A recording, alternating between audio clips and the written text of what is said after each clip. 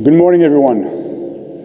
It's quite energizing to be here today at the Digital Asset Summit in New York at a time when the US is looking to be the crypto capital of the world.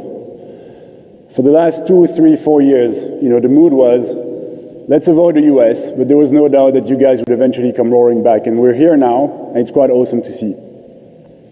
But so we are here. But who the hell are we? Over the last few years, crypto has evolved from cypherpunks trying to upend the system to an industry actually simping for Bitcoin national reserves. So the question stands, have we changed? The point I want to make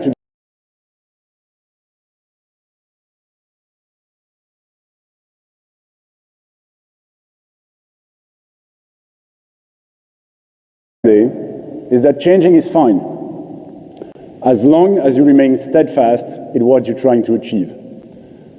So to address that point, I'm going to discuss on one hand the assets that occupy most of our time, and on the other hand the people that actually constitute this industry, Keyrock included. So the guys that were trading CryptoKitties back in 2018 are probably a bit disappointed with the prevalence of money market funds these days, right? And quite frankly, when you compare the two, I can kind of understand their point. Creating tokens has never been easier. Today, as a result, we see thousands of new tokens being created every day. And we have millions of tokens in existence, around 30 million. But what is the point of all of these tokens? Crypto is a proof of concept. It's proving the concept of digitally represented value. Digitally representing value to make it more easily accessible, to make it more resilient, to make it more open, to make it easier to exchange. That is what we're trying to achieve. Now, what you put in the value bucket, that's very much open-ended. I would make the argument that at least 95% of those tokens in existence today have absolutely zero intrinsic value. And my head of marketing was actually going for 99.9%, right? But this is still the beginning of the conference. I want everybody to be positive. So I'm going to stick with 95%. 95% have zero value. The other 5%, however, are game-changing. Digitally representing value, yes, that should mean representing new types of value, which is, of course, super exciting. And that's, pictures, cultural belonging, memes. But that should also be having a more efficient representation of the widely recognized existing types of values. And these are RWAs, for real-world assets. It's not the best acronym ever, right? But lacking of a better term, the growth of RWAs has been staggering over the last few years. We've seen their most mainstream example, stablecoins, grow to 200 billion market cap, and the market cap of other RWAs growing 90% year on year since end of last year. So yes, the assets have changed. But I don't really look at this personally as crypto losing its soul. I think it's a necessary change, a necessary upgrade to traditional markets. Crypto is evolving because we're upgrading the rest of the system. I mean, look at NASDAQ, right? Even these guys don't want to trade 24/7 for whatever reason. I wonder where that inspiration came from. But so the change is not about to happen anymore. It is happening. And our view is that it's going to accelerate with a forecasted increase of 200% of market cap of RWAs, bull case scenario by the end of next year. This is just getting started. We're going towards a world where you can send value anywhere in the world instantly at almost no cost, exactly like you would send a WhatsApp or a Telegram. We're going towards a world where you can have access to a global decentralized lending markets on which you can get a Lombard loan, putting as a collateral stock that you self-custody. We're going towards a world where anywhere you are, you can have full control of your own assets as an individual if that's what you desire. So in light of what we're trying to achieve, yes, the assets are changing, but I would make the point that they're changing for the better. Now, I've covered the assets. What about the people? Usually a conference like this is a pretty good way to feel an industry, to get a bit of a pulse of where we are. 7 years ago, one of the first major conferences that I was speaking at, or actually, to be honest, I was just happy to be let in, was actually taking place on a casino boat in Gibraltar, right? So that's already kind of a different vibe. In that conference, the biggest high roller, like really the main character in the room, was a guy that had just recently very successfully launched his own token to grandly revolutionize the adult industry. Now I look at this room, and I would say that yes, the people have kind of changed. Now whether that's for the better or not, I will leave it up to you to decide, because to be fair, I had a great time in Gibraltar. But, you know, jokes aside, we don't need to go back 7 years to see that things have changed. Even 2 or 3 years ago, a company like Keyrock, it happened to us to just lose a bank account being closed without any notice. Opening a new bank account was seen as a major achievement in the firm. And actually one of our first investors, I think meeting 1 or 2, one of their main due diligence question was, do you guys have a bank account? Of course we do, we're a company. But that actually was a signal that we were legit. So that tells you how low the bar actually was. So this is where we come from, and in the last 3 or 4 months, Keyrock, we've won 2 RFPs with major international banks to be their dedicated liquidity providers as they want to offer access to crypto spot to their clients. So definitely, things have changed.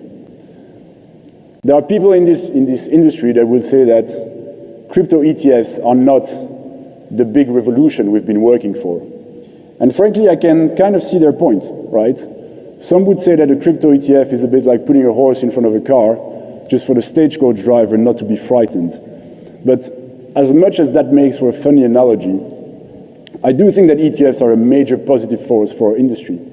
Because the more you make something new look similar to what it's trying to replace, the bigger your addressable market becomes. And once that first change has been made, any incremental change becomes easier and easier.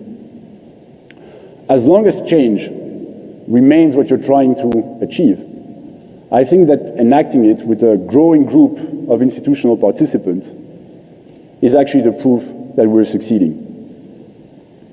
So I've covered the assets, I've covered the people, the industry. Now what about Keyrock? The assets we trade on have changed, the counterparties and the clients we serve have changed. Have we changed? Now come on, this is a conference, right? So you could not expect to have a full 10 minutes without at least 1 or 2 cool announcements, right? I have my marketing team to keep happy. I need to make my LinkedIn look pretty, so I had to launch a few cool stuff in there. So Keyrock, most of this room will know us as one of the largest liquidity providers, one of the largest market makers in digital assets. We make thousands of markets in centralized venues, decentralized venues, OTC, on spot markets, options market, futures market, perps market, you name it. That's where we started 7 years ago. From the very beginning, we've always been a service provider, never only a prop shop. And working very closely with our clients, we realized that their needs were much broader than just liquidity provision or market making, just like their needs are much broader on traditional markets. And in order to address those needs, yes, you need the best pricing, the best execution, but you also need institutional client service. Keyrock has both. As a global crypto investment firm, our activities today are very similar to the crypto equivalent of a TradFi capital markets business. Today, I'm very happy to announce the birth of the Keyrock Group that combines our existing capital markets business with our upcoming asset management business. Thank you, guys. We have the best trading infrastructure in the business. We have the best pricing, we have the best execution. But we also have a very deep DeFi expertise, having been active on more than 200 dApps for the last 5 years. Keyrock Asset Management is going to combine those two expertise to provide our institutional clients with a fully compliant, on-chain access to asset management products. Now, for the last 7 years, we've built our success on never cutting corners, always building for the long term, always keeping compliance in mind. So as much as I would like to leave this stage and just leave you guys with a cool announcement, I'm actually going to continue to do that.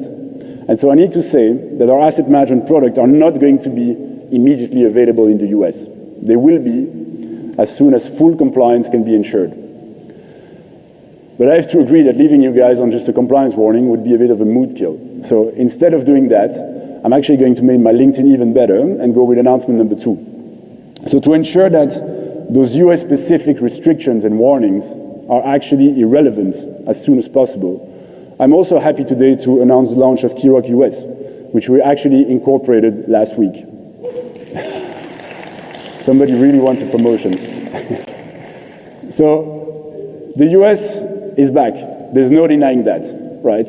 And Keyrock US is going to be led by our Chief Commercial Officer, Robert Valdez Rodriguez, who's born, raised, and based in New York, where he will open our offices. The US is the biggest capital market in the world. Keyrock is eventually going to be the biggest financial institution in the world. So I think that is an absolutely great fit. Now, to conclude, yes, our industry is changing. We have more and more assets on chain, we have more and more institutions interacting in the market, and we see global crypto-native players like Keyrock emerging. This change should not be fought, it should be embraced. You know, as probably a newly minted crypto enthusiast, all suited up, would say, who you are or who you thought you were should not get in the way of what you're trying to achieve. Now, a proper crypto OG on Twitter would phrase it a bit differently. What can be, unburdened by what has been.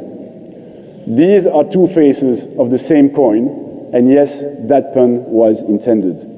We're constantly adapting, but we're all striving to change the course of finance, and I believe that we're well on our way. Thank you very much.